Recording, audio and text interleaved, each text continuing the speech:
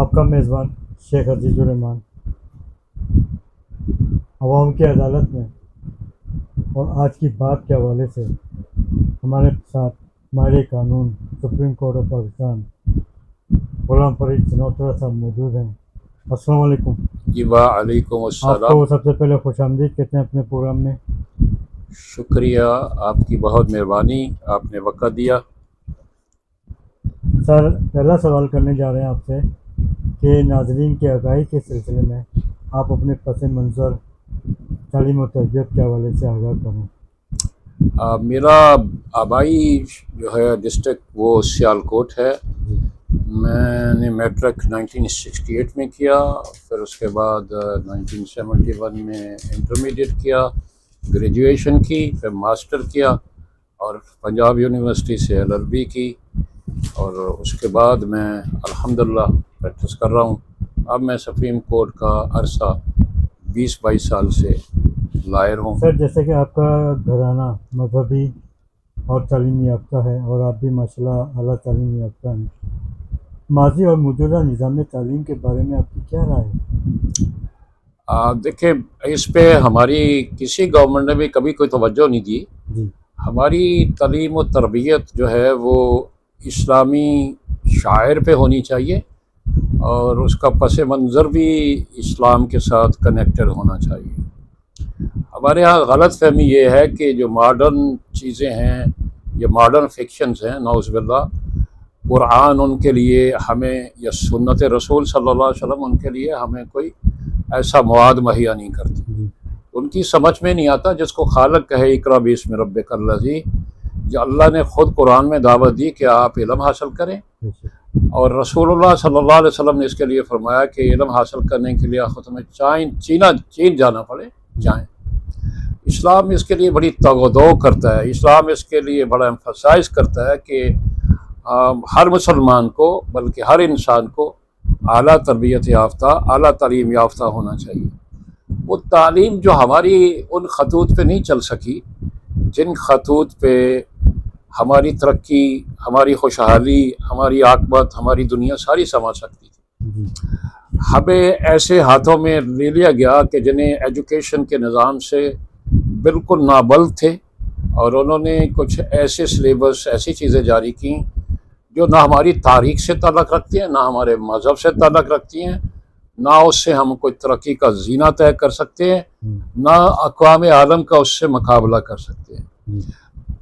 بہت کم فہم لوگ ہیں جو یہ کہتے ہیں کہ نعوذ باللہ اسلام کی تعلیم میں ترقی نہیں ہے، حالانکہ اس جو قرآن پاک نے فرمایا ہے، جو اللہ کے رسول نے کہا ہے، وہ چیزیں سب ثابت ہو رہی ہیں۔ فزکس ہو، کیمسٹری ہو، میڈیکل ہو، وہ جغرافیہ ہو، یا کوئی بھی ایسی زبان ہو، کوئی بھی ایسا سائنسی علم ہو، ہر ایک پر قرآن پاک اس کا مخزن ہے، اور یہ ساری چیزیں قرآن سے اخذ کی ہوئی ہیں۔ قرآن نے ان کی ہر چیز کو بڑی ڈیٹیل سے بتایا ہوا ہے، اور ہمارے جو سو کالڈ ماہر تعلیمات ہیں انہوں نے آج تک ایک تو اس کو آپ کہیں کہ one syllabus for the nation, one syllabus for the امت، one syllabus for the children, one syllabus for the adults نہیں بنایا۔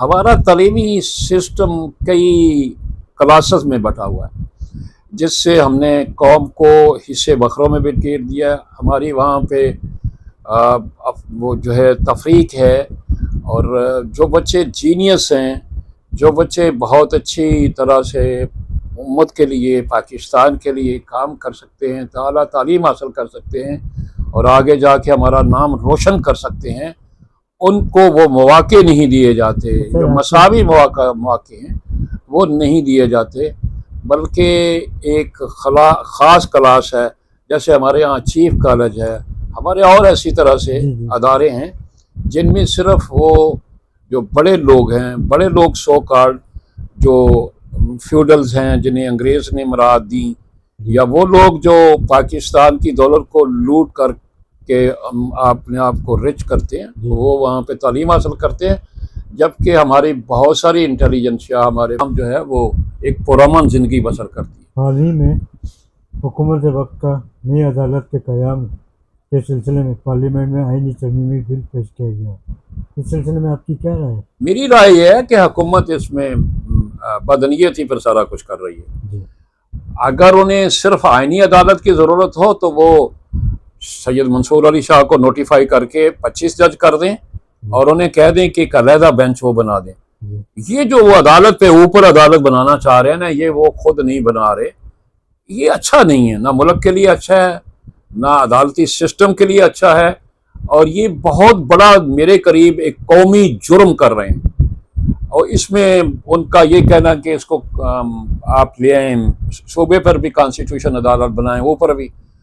ان کو تو اس کی ابھی تک فیزیبلٹی کا نہیں پتا، انہوں نے اس کی ورکنگ ہی نہیں کی، اور ان کو صرف یہ چاہ رہے ہیں کہ ان کو خدشہ یہ ہے کہ کل ہی ڈیفنس منسٹر نے یہ کہا ہے جی کہ ہمارے الیکشن کی یہ آڈٹ کروا دے گا. ان کو تو صرف اپنی حکومت سے ہے، وطن سے نہیں ہے، نیشن سے نہیں ہے، اداروں سے نہیں ہے. ہمارا یہ ہے کہ ہم چاہتے ہیں ادارے اپنی دائرہ اختیار میں رہیں، اپنی ڈومین میں کام کریں، پاکستان ایک سپر پاور بنے، مسلم امہ کے لیے ایک بہت بڑا مینار بنے، تو سر یہ وہ جو کون ہمیں کرے؟ نہیں بن رہا. سر یہ کون کرے ایسے اقدامات؟ یہ آپ دعا کریں اللہ تعالیٰ، یہ جو ابھی سے لوگوں کے اندر اویئرنیس آئی ہے، اللہ کرے اس کو مثبت رکھے، گالی گلوچ پہ نہیں. اس پہ میں ہمیشہ کہتا ہوں کہ یہ تو اچھے مہذب قومیں نہیں کرتی.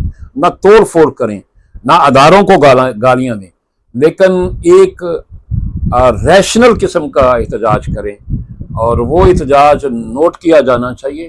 الحمدللہ میں لا تقنطوا من رحمت اللہ، مجھے امید ہے اللہ کے فضل و کرم سے کہ یہ پاکستان آگے بڑھے گا. اس کے ادارے بھی عقل پکڑیں گے، وہ اپنی دائرہ اختیار میں جائیں گے، کیونکہ کسی کے ادارے میں اللہ نے یہ جسم بنایا ہوا ہے، ہاتھ کے اندر طاقت ہے تو کیا یہ آنکھیں نوچ دے، کیا یہ کان پھوڑ دے؟ اللہ نے اس سسٹم سے ہمیں یہ جو اللہ نے بنایا ہوا نا اس میں آئے کہ کیا گن والے دوسروں کو مار دیں؟ نہیں. یہ جسم آپ کا تب تک صحت مند اور صحیح ہے جب سارے اعضاء اپنا فنکشن کریں. تو اپنے فنکشن میں آج چلے جائیں تو الحمدللہ یہ پاکستان ترقی کرے گا. پاکستان ایشیا کا نہیں بلکہ دنیا کا ایک معتبر ترین ملک بنے گا. نظر میں پاکستان کی عدالتیں کہاں کھڑی ہیں اس وقت؟ جی عدالتیں جو ہے نا، عدالتوں کو تو کھڑے نہیں ہونے دیا جا رہا. عدالتوں کو تو اس وقت بالکل وہ کہتے ہیں کہ وہ غلام بنا رہے ہیں، اور وہ اچھی بات نہیں ہے. ایک لاسٹ ہوپ ہوتی ہے کسی ظالم کے خلاف، کسی ادارے کے خلاف، کسی غیر قانونی ایکٹ کے خلاف. That's the only court. اگر آپ کورٹ کا سسٹم ہی برباد کر دیں گے، آپ پھر کسی ایسے ادارے کو دے دیں گے. اب پرائم منسٹر صاحب اگر چیف جسٹس مقرر کریں گے تو وہ پرائم منسٹر کے خلاف بات کرے گا؟ وہ نہیں کرے گا. تو یہ ایسا جو کر رہے ہیں یہ دس از ٹوٹلی میلا پائے. اللہ تعالیٰ نے ہدایت دے. پاکستان کی عدالتوں کو کیسے فعال بنایا جائے؟ پاکستانی عدالتیں پہلے بھی ٹھیک ہیں، ان کو بس ان سے جو انوانٹیڈ ایلیمنٹ ہے نا وہ ذرا گریز کریں اور پاکستان پر رحمت فرمائیں. یہ پاکستان پر رحم فرمائیں، پاکستان کی قوم پر رحم فرمائیں. ادارے اپنی ڈومین میں جائیں، یہ سسٹم ٹھیک ہو جائے گا. یہ ہمارے ججز بھی ہم ہی سے ہیں نا، تو وہ کہیں پر خوف زدہ ہو جاتے ہیں، کہیں لالچ میں آ جاتے ہیں، کہیں ان کی فیملیاں ان کو کھینچ لیتی ہیں. تو یہ تو ایک ایسا مرض ہے جو سب کو لگا ہوا ہے. تو جب آپ ان کو کام کرنے دیں گے دیانتدارانہ، فل فنکشنل آپریشنل کرنے دیں گے، تو پھر ان سے آپ اچھی امید رکھیں گے وہ اچھا ڈلیور کریں. سر غزہ پہ بات کرتے ہیں. اسرائیل اس جنگ میں آگے شمال سے شروع ہو کر جنوب تک پہنچ گیا. فلسطینی عوام کا کیا مستقبل ہے؟ دیکھیں اللہ تعالیٰ انہیں انشاءاللہ العزیز انہیں فتح و نصرت دے گا. لیکن اس وقت جو سب سے بڑا ڈالیمہ ہے، جو سب سے بڑی غمزدہ بات ہے وہ یہ ہے کہ 57 اسٹیٹس کی افواج، ان کے سربراہان حمیت اور غیرت پر نہیں ماپ رہے وہ، بلکہ ان کو they are adding fuel, they are helping to the Israel. شرم کی بات ہے. رسول اللہ صلی اللہ علیہ وسلم فرمایا کہ مسلمان جسد واحد ہے، جسد واحد. اس کے کسی اعضاء کو تکلیف پہنچے تو پورے جسم کو پہنچے. لیکن ہمارے ہاں یہ جو نہیں رینگ رہی، ہم اپنے کاموں میں الجھے ہوئے ہیں. ہم اپنے کاموں میں الجھے ہوئے ہیں. ہمیں نہ سلطان صلاح الدین یاد آ رہا ہے، نہ عمر فاروق نظر آ رہے ہیں، نہ نبی صلی اللہ علیہ وسلم کے باقی جو صحابہ ہیں وہ نظر آ رہے ہیں. ہمیں وہ زندگی شاید پسند نہیں.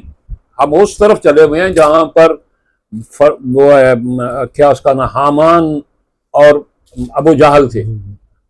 ہم ان کا معاد نہیں دیکھ رہے، ان کا آخر نہیں دیکھ رہے کہ اللہ نے انہیں کیسے برباد کیا. تو آپ کا کیا خیال ہے کہ جہاں میری بیٹیاں، میری پوتیاں میرے وہاں پہ بلک رہی ہیں، بھوکی مر رہی ہیں، وہ آپ کو بددعائیں نہیں دے رہی، اللہ سن نہیں رہا؟ یہ تو ہم خود اپنے سامنے کربلا دیکھ رہے ہیں.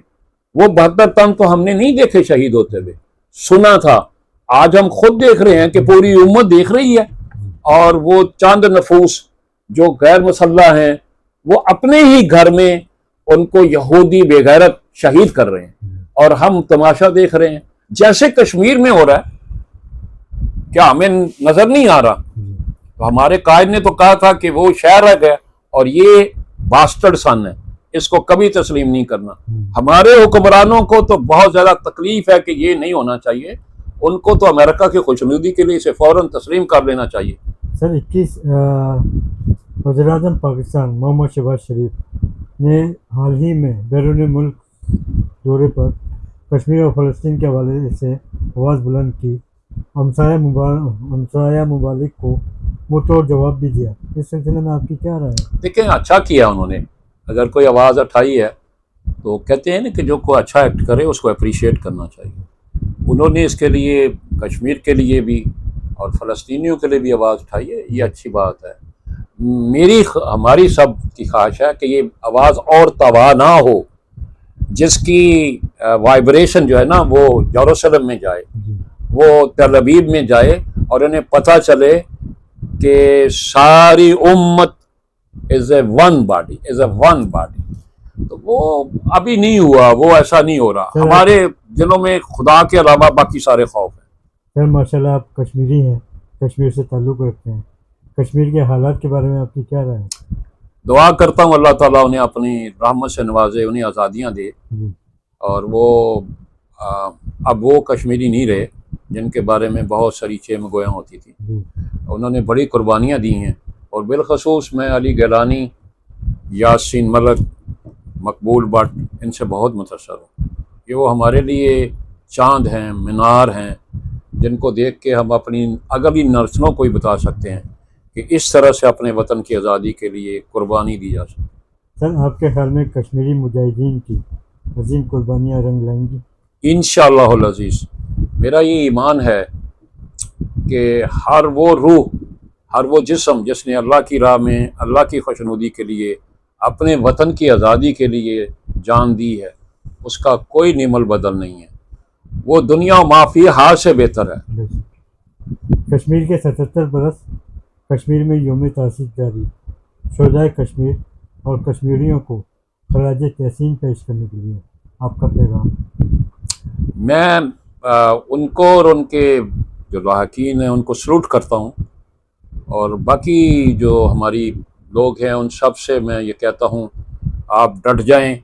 انشاءاللہ وطن عزیز آپ کا ہے، کشمیر آزاد ہوگا، انڈیا برباد ہوگا انشاءاللہ العزیز.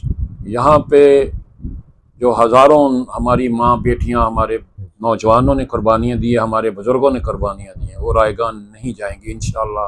انشاءاللہ یہ اللہ کا وعدہ ہے، کسی انسان کا نہیں. کشمیر اور فلسطین کی آزادی کے سلسلے میں حکومت وقت کو کوئی پیغام دینا چاہیے سر؟ حکومت وقت سے میں یہی التماس کروں گا کہ وہ اخلاص کے ساتھ ان کے ساتھ ہر وہ مدد کریں جو ایک مومن اپنے مومن بھائی کے لیے کرتا ہے. زبانی جمع خرچ نہ رکھیں، اور اپنی صفوں میں اتحاد پیدا کریں. سب لوگوں کو یکسو و یکجان اس کے لیے ہونا چاہیے. کشمیر اور فلسطین کاز کے لیے we are one. This has to be demonstrated that the Muslims are totally in one. They had to sacrifice everything for both the brethren, Kashmir and Palestine. Without them, we are nothing. And it's a defining period. If we lose this time, we will not be for another time. Thank you sir, بہت شکریہ آپ کا بہت شکریہ، آپ نے time دیا. بہت شکریہ. اللہ میاں آپ کو، مجھے، سب کو